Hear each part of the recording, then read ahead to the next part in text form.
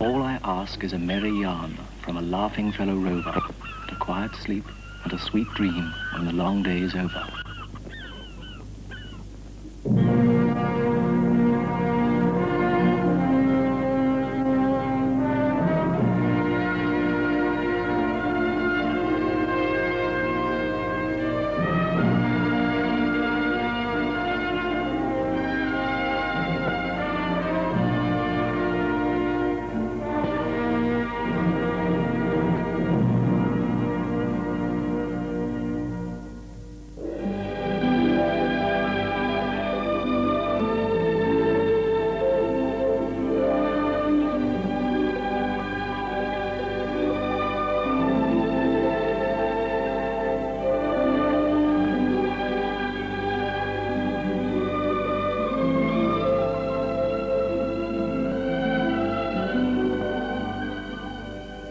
As dawn steals softly across the fjords of western Norway, a new day has begun, and the fishermen are already at their work. Since time began, fishing has been a part of the lives of the people, and today the cities of Bergen and Stavanger are centres of a vast industry.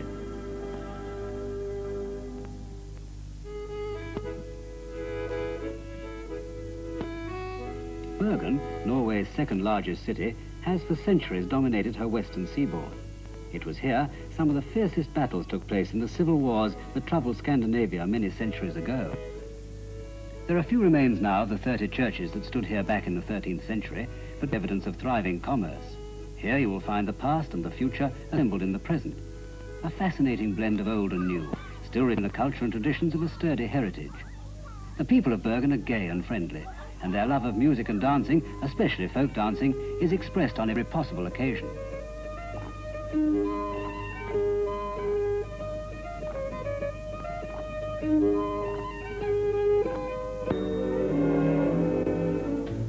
If you fly south from Bergen, you can reach in 40 minutes the lovely old city of Stavanger, which stands guard like a proud sentinel over an island-studded bay.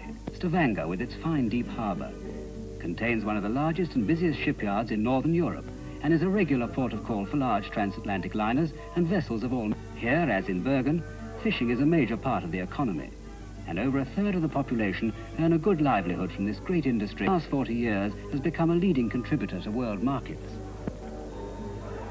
The town has a unique enchantment, a charming blend of old fishing village and modern progressive city, with a picturesque market by the quayside, where the inhabitants of Stavanger come every day to buy anything from cod to candy.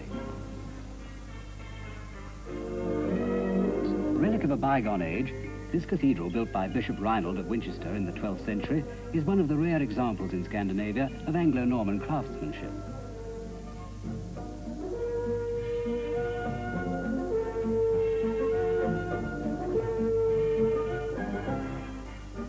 The call of the sea comes early in Norway, and it's never too soon to start learning about boats.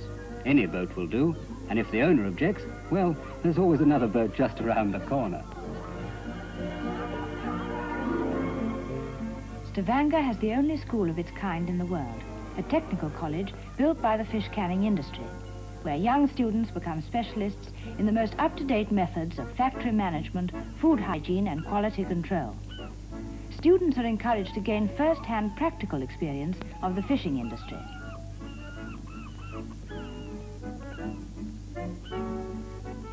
This is part of the Silden Bristling fleet, whose annual harvest comes from the clear, deep waters of the fjords. The shoal is located and gathered into a huge net called a purse seine, over 1,000 feet long and 180 feet deep. When the edges are drawn together, they form a gigantic purse or pocket, which holds all the fish. Samples of the fish are taken at once and carefully checked for size and quality. If they do not measure up to the strict specification required by the Quality Control Department, the entire catch is returned to the sea, sometimes resulting in a loss of thousands of pounds. The purse seine net is towed slowly into shallow waters near the shore. Here the fish are transferred into a smaller net and left there for several days. This is a process known as thronging. The skipper of this boat has landed more fish from his nets than any other boat in the fleet. A typical fisherman, he lives only for the sea, and his name has become a legend in the quiet harbours where seafaring men gather. Silt is difficult to catch as the shoals move about so quickly, and for this reason, most of the boats have been equipped with an echo-sounding device that measures the depth of the seabed. Anything coming in between, like a shoal of fish, is shown as a dark patch on the chart. For these men, fishing is not just a job, it's a way of life, and nothing on earth would induce them to give it up.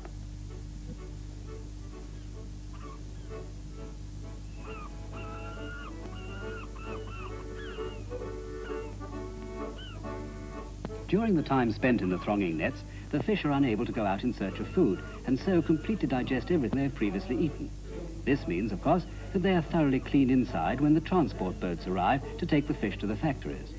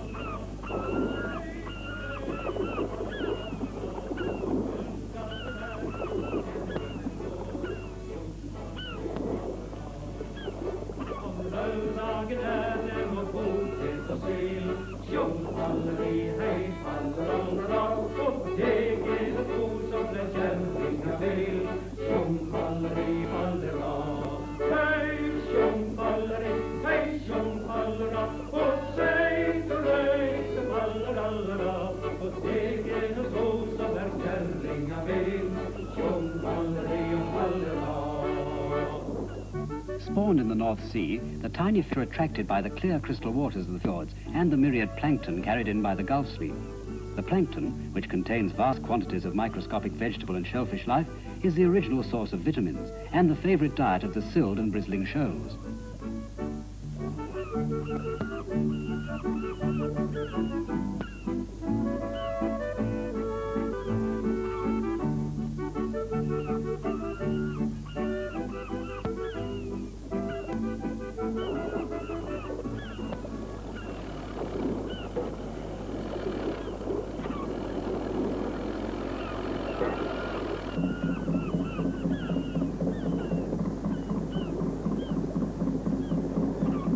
The rapid expansion of Norway's fishing industry is due to the introduction of modern planning and equipment in the vast chain of canneries that straddle the coastline from Oslo to the Arctic Circle.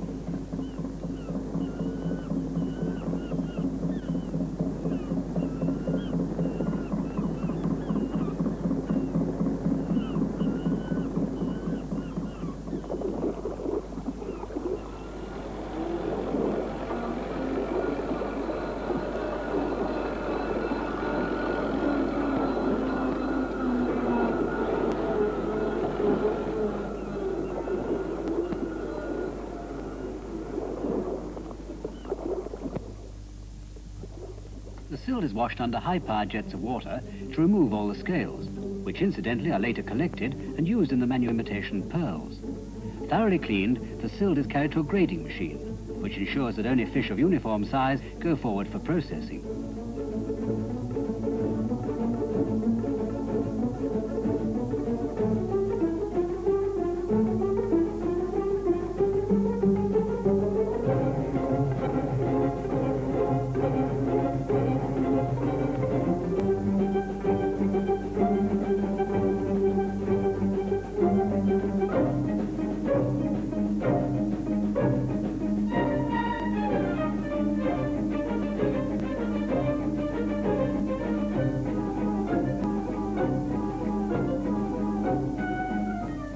Smoking the fish correctly is the most important part of the process, and Norway is about the only place left where genuine oak logs are still used for this purpose.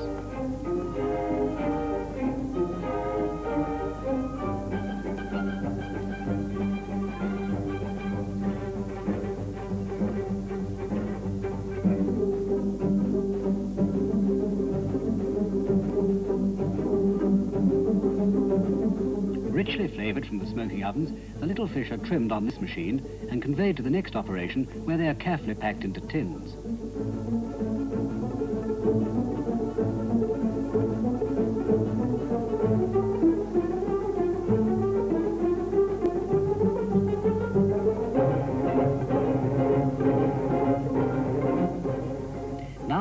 final stage of the process. The tins are hermetically sealed and wrapped and labelled by this machine. They are then ready for dispatch to all parts of the world.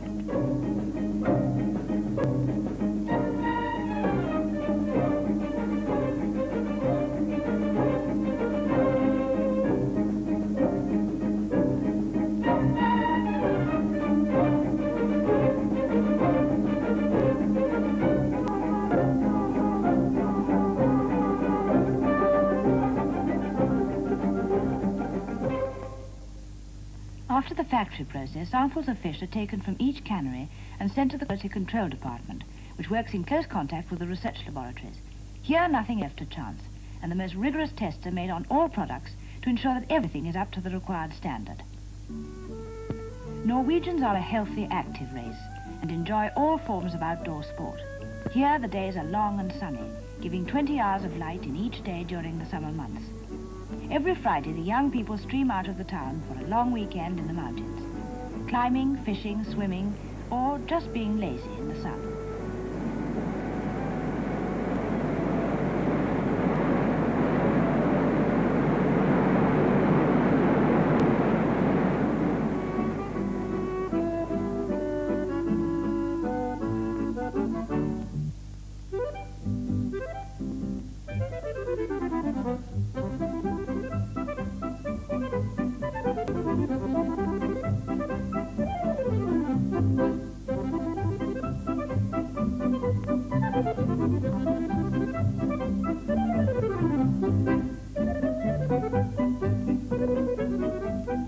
It's only a few hours' climb from the warm, scented valleys filled with fruit blossom to the high, crisp mountain peaks with their carpets of dazzling snow.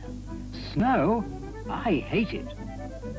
Most people think of Norway as a paradise for winter sports enthusiasts and forget that the warm currents of the Gulf Stream provide a summer temperature often as high as southern Europe. Here in Stavanger, you can choose your ski, high on the mountain slopes or the blue waters of the fjords. And if you're really energetic, you can always manage both in one day.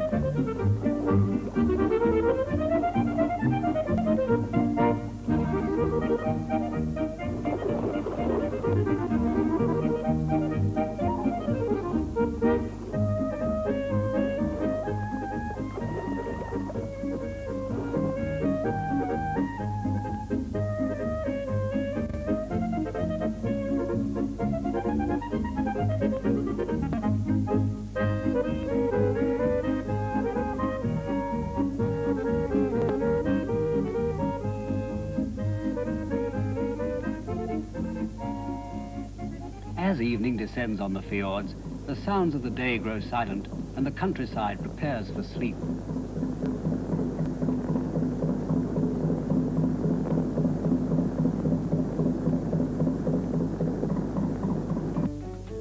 Nightlife in Norway is catered for everywhere, including the best hotels, and Stavanger can boast of one of the finest and most luxurious in Europe.